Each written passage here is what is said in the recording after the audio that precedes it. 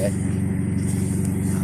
I do hope, actually, that I might be able to work with these people. See, one thing that I do have going for me is that I still have contacts, and if they know they're going to be heard, they're willing to speak up. Now, these folks, they didn't come here to see me. They came over to pull somebody over. And, of course, they're not being rude or inconsiderate or loud or looking like they're antagonizing the situation in any way. So that's a good thing. Most of the time, they just let them go with warning. And one thing, I should probably say this because I don't want people to get the wrong idea. And even though not all of my recordings are on YouTube and Facebook, one of the recordings that I have is with Logan. And although the things that the cops said to him about me were not okay, they're not all right, they're not acceptable in any way, shape, or form, he did say that the police had been, for the most part, good to them. And I respect that so much.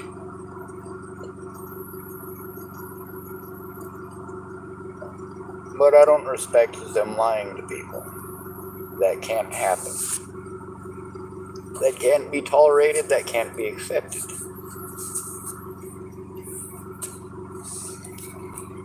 Now, obviously, since they're over here with somebody else pulled over and there's no person from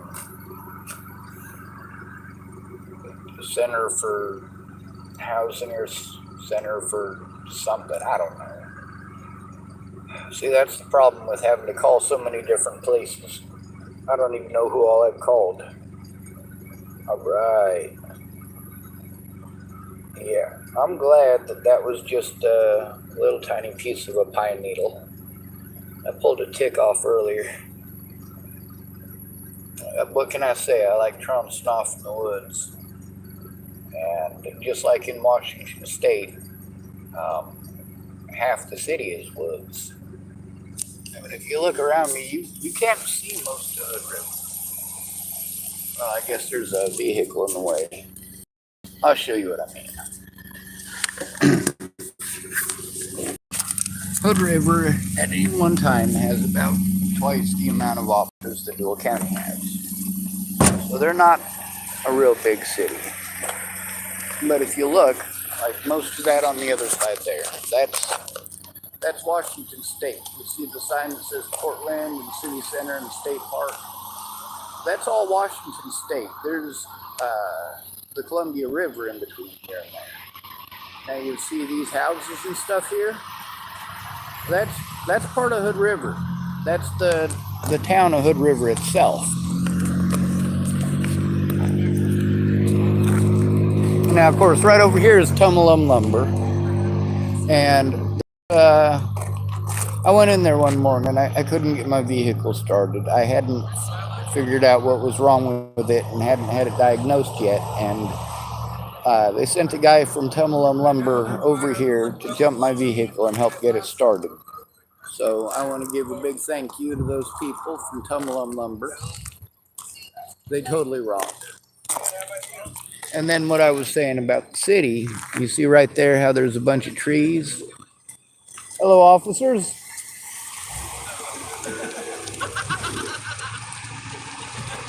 But, it's not at all like Chapel, Nebraska. Chapel is it's flat. There's the trees that are there were planted there. The trees that are here, you see how the terrain moves, how this stuff is obviously natural. It wasn't planted here by people. It's just naturally growing. And the people kind of clear out a little space and try to keep as much of the trees there as possible. Now, right down there is the rail yard. And it's not an active service rail yard. It's the Mount Hood Railway. And mostly it's just old trains and stuff. I actually haven't checked it out yet. But of course, if you look down there, like that bridge right there is over the Hood River. This is actually what the town is named after. But I guess from what I've been told, the town of Hood River stops right there.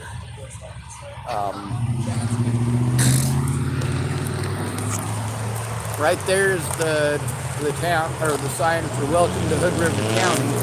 I don't know why it starts there instead of back there, but maybe that is where it starts. But up in Washington State as well. Like I said, I went to high school in Lincoln High School. It was 81% minority high school, so I was actually the minority there. But, even on my walk to school every day, I got to see, and this was every day, nature in the middle of the city.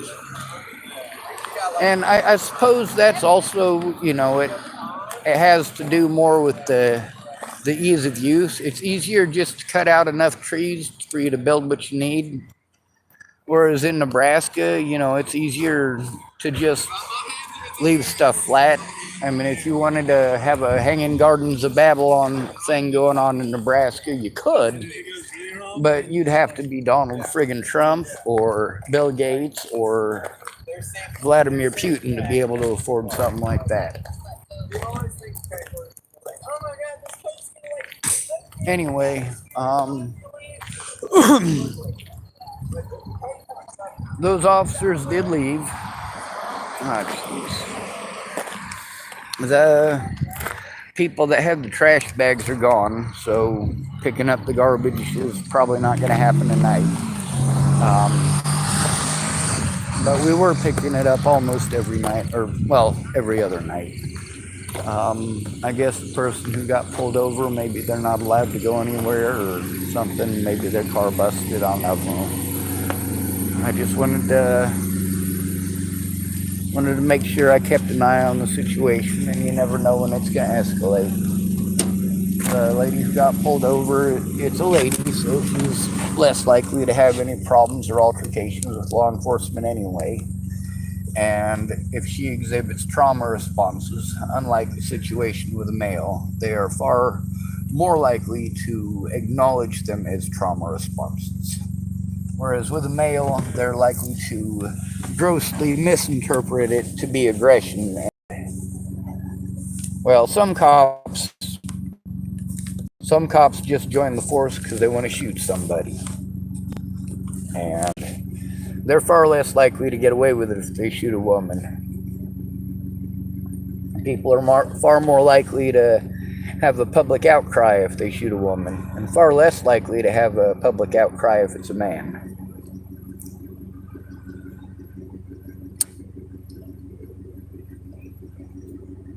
Anyway, since they didn't come through today, I guess there's always tomorrow. There's also the fact that they were supposed to call me up and reschedule at that center for whatever, and they never did. And, I really do have to complain about that place.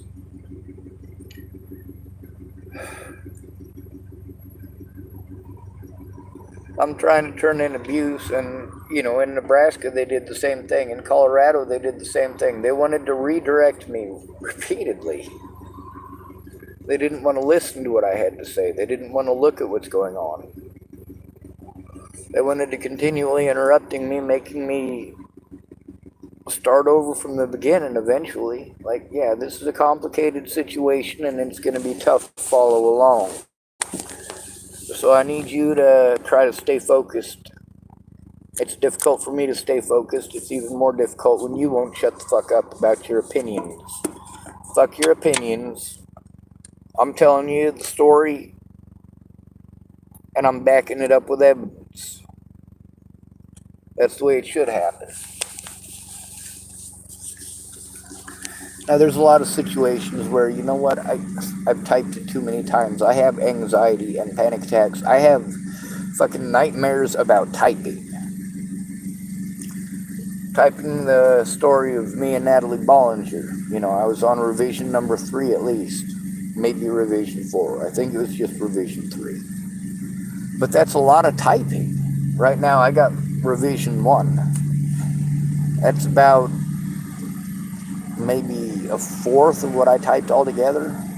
A third if you're trying to be as liberal as possible and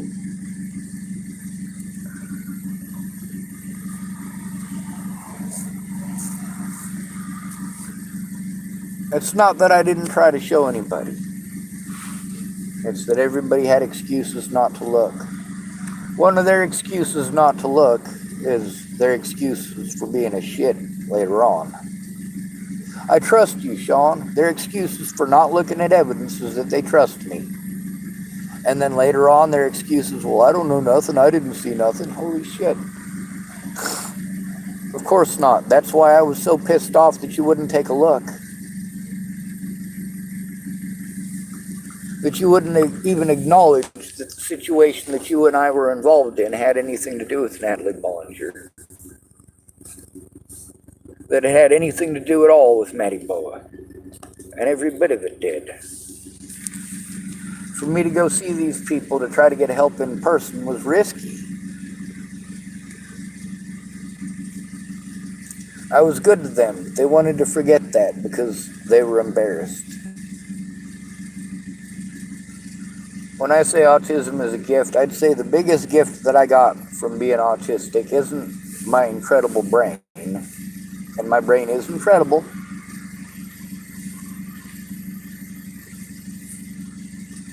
Screw it. You know what? The cops left. They're not coming back, and I don't feel like talking anymore. So I'll leave you hanging on that thought. Good to be with you. Thanks for coming to visit. Stay out of trouble or don't get caught. And remember that you are your brother's keeper, and your sister's as well.